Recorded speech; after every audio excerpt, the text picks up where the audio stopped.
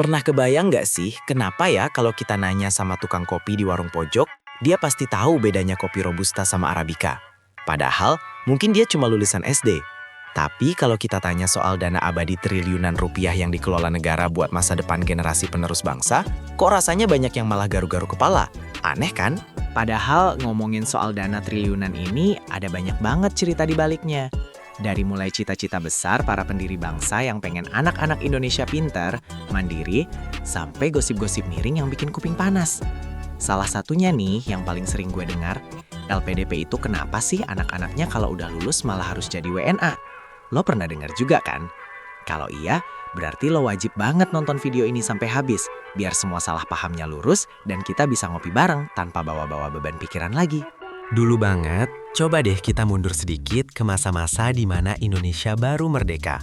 Para bapak bangsa kita itu, di tengah segala keterbatasan, punya satu mimpi besar yang sama. Indonesia harus punya sumber daya manusia yang cerdas, yang bisa bersaing di kancah global. Mereka percaya, satu-satunya jalan buat keluar dari belenggu kemiskinan dan keterbelakangan itu, ya lewat pendidikan. Makanya, dari zaman Bung Karno sampai sekarang, pendidikan selalu jadi prioritas. Tapi, mimpi itu nggak cuma butuh semangat guys, dia butuh duit, butuh modal, butuh investasi yang gila-gilaan.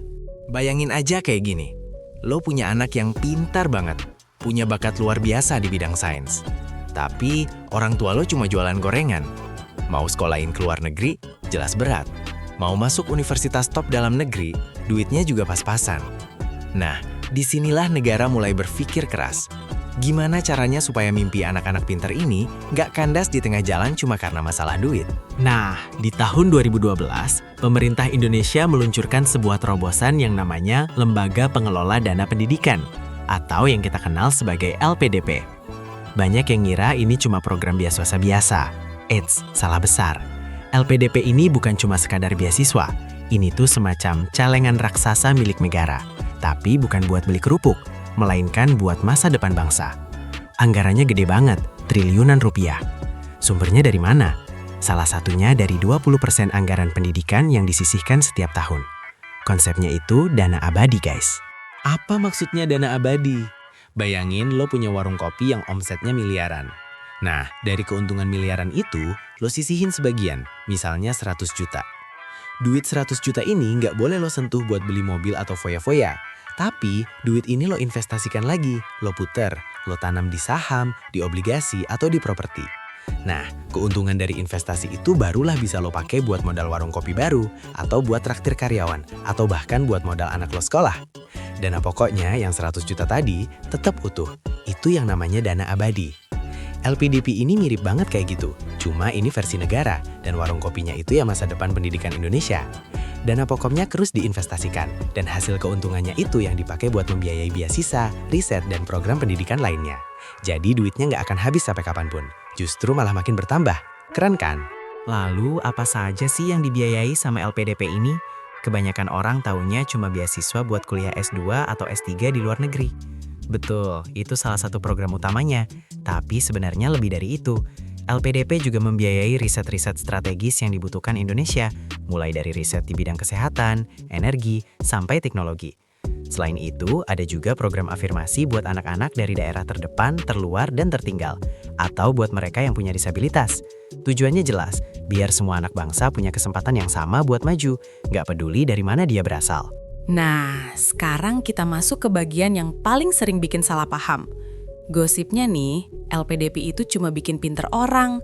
Terus, kalau udah pinter, mereka malah nikah sama bule, punya anak WNA, terus lupa sama Indonesia. Bener nggak sih? Jujur aja, gue sering banget denger omongan kayak gini di tongkrongan. Ada yang bilang, buat apa negara buang-buang duit sekolahin orang sampai S3 di luar negeri, kalau ujung-ujungnya malah menetap di sana. Oke, mari kita luruskan. Ini adalah mitos besar yang perlu kita bongkar tuntas. Sejak awal didirikan, LPDP itu punya satu visi utama. Menyiapkan pemimpin masa depan Indonesia. Pemimpin yang berkualitas, berintegritas, dan punya jiwa nasionalisme tinggi. Jadi, sangat-sangat tidak masuk akal kalau LPDP justru malah mendorong para alumninya untuk menjadi warga negara asing atau lupa sama tanah airnya. Faktanya guys, salah satu syarat utama beasiswa LPDP itu adalah wajib kembali ke Indonesia setelah menyelesaikan studi. Nggak cuma itu, mereka juga diwajibkan untuk mengabdi di Indonesia. Ada hitung-hitungannya loh. Durasi pengabdiannya itu 2 kali masa studi ditambah 1 tahun. Jadi kalau lo kuliah S2 2 tahun, lo harus pulang ke Indonesia dan mengabdi minimal 5 tahun. Kalau lo ngelanggar aturan ini, siap-siap aja kena sanksi. Mulai dari denda sampai pengembalian dana beasiswa secara penuh. Berat kan? Jadi, anggapan bahwa LPDP itu cuma mengekspor otak-otak pintar Indonesia buat kepentingan negara lain itu jelas salah kaprah. Justru sebaliknya, LPDP ini adalah investasi buat membangun Indonesia dari dalam. Terus, kalau ada kasus alumni yang akhirnya punya pasangan WNA, atau bahkan anaknya lahir di luar negeri dan punya kewarganegaraan ganda, ya itu kan urusan pribadi mereka. Dan status kewarganegaraan anaknya juga diatur oleh undang-undang. Kalau mereka sendiri tetap WNI dan kembali mengabdi di Indonesia sesuai kontrak, ya berarti mereka sudah menunaikan kewajibannya. Kita nggak bisa dong langsung menuduh mereka lupa sama Indonesia hanya karena jodohnya orang asing atau anaknya kebetulan lahir di luar negeri. Cinta itu universal, tapi nasionalisme itu ada di hati dan dibuktikan dengan tindakan. Nah, bicara soal WNA, ada juga yang kadang salah paham, mengira kalau LPDP itu malah membiayai orang asing. Ini juga mitos yang salah besar. Beasiswa LPDP itu khusus diperuntukkan bagi warga negara Indonesia. Jadi tidak ada satupun dana LPDP yang dialokasikan untuk membiayai studi warga negara asing. Semua murni untuk putra-putri terbaik bangsa. Ini dia plot twistnya guys. Tadi kan gue bilang LPDP itu dana abadi triliunan rupiah. Lo tahu nggak seberapa besar sih dana abadi LPDP itu sekarang? Bayangkan, di awal pembentukannya, dana kelolaan LPDP itu cuma sekitar 15,6 triliun rupiah di tahun 2012. Tapi, berkat pengelolaan yang cermat dan investasi yang cerdas, dana itu terus bertumbuh. Sampai Januari 2024 kemarin, total dana abadi yang dikelola LPDP itu sudah mencapai lebih dari 145,5 triliun rupiah. Gila nggak sih? Ini artinya, dalam kurun waktu sekitar 12 tahun, dananya naik hampir 10 kali lipat. Dengan dana sebesar ini, LPDP bisa terus membiayai ribuan bahkan puluhan ribu anak bangsa setiap tahunnya, tanpa perlu khawatir kehabisan dana. Ini adalah bukti nyata bahwa investasi jangka panjang di bidang pendidikan itu memang menghasilkan buah manis yang luar biasa. Dampak LPDP ini nggak cuma ke individu penerima beasiswa loh. Bayangkan, kalau setiap tahun ada ribuan orang Indonesia yang selesai S2 atau S3 dari kampus-kampus terbaik dunia, dengan ilmu dan jaringan internasional yang mereka miliki.